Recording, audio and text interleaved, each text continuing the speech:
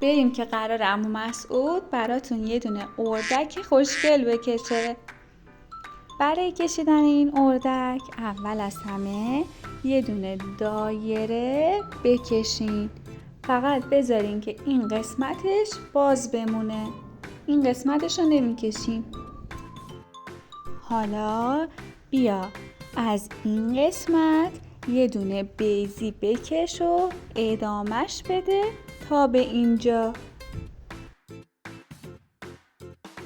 حالا بیا اینجا یه دونه قلب کج بکش اینطوری. یه دم اینجا بکش.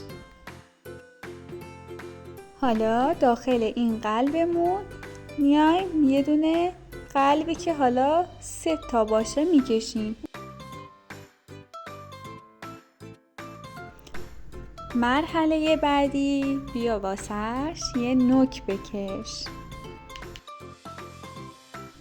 اینجا هم یه چشم گنده براش میکشیم.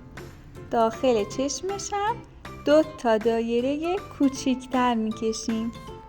بالای سرش هم یه دونه کاکل کوچیک میکشیم. به به، عجب اردک خوشگلی شد.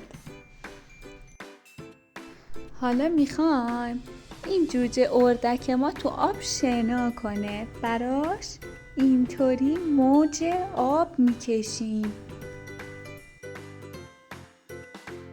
این جوجه اردک ما تموم شد. حالا میخوایم بریم سراغ رنگ کردنش. با مداد رنگی آبی اول میان این قسمتاشو یکم رنگ میکنیم.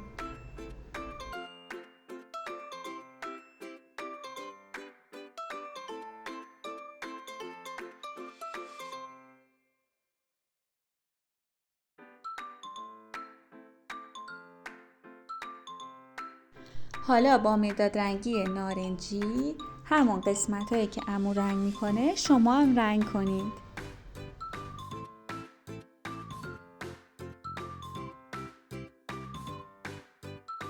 شما هم دقیقاً همون قسمتایی که عمو داره رنگ میکنه رنگش کنید.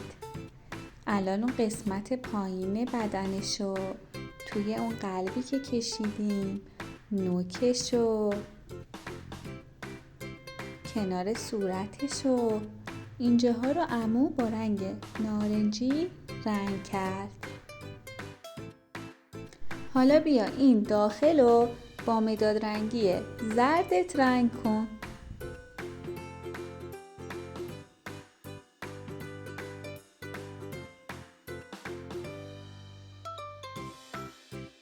اصلا موقع رنگ‌آمیزی عجله نکن.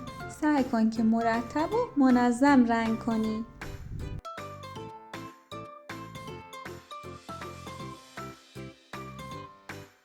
حالا میایم سراغ رنگ کردن سرش. این قسمتش رو بچه‌ها خالی میذاریم. مثلا نور خورده به اون قسمت.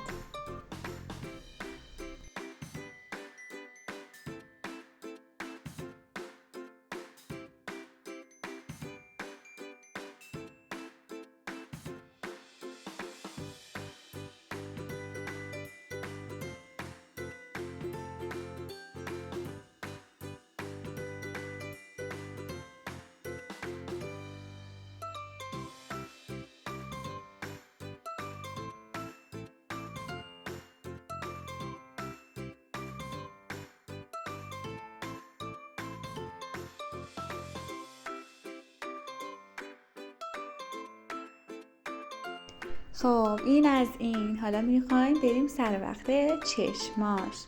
با مداد مشکیمون میایم داخل چشما رو به جز اون 2 تا گردی رو رنگ میکنیم. یه کوچولو هم با همون مداد مشکی براش ابرو میکشیم. خب اینم از جوجه اردک خوشگل ما که تموم شد. بچه‌ها شما میتونید همزمان که دارین فیلم ها رو نگاه میکنید کتابم بذارین کنارتون و تمام مراحلش رو هم اونجا ببینید. اونطوری آسونتر هم میتونید یاد بگیرید.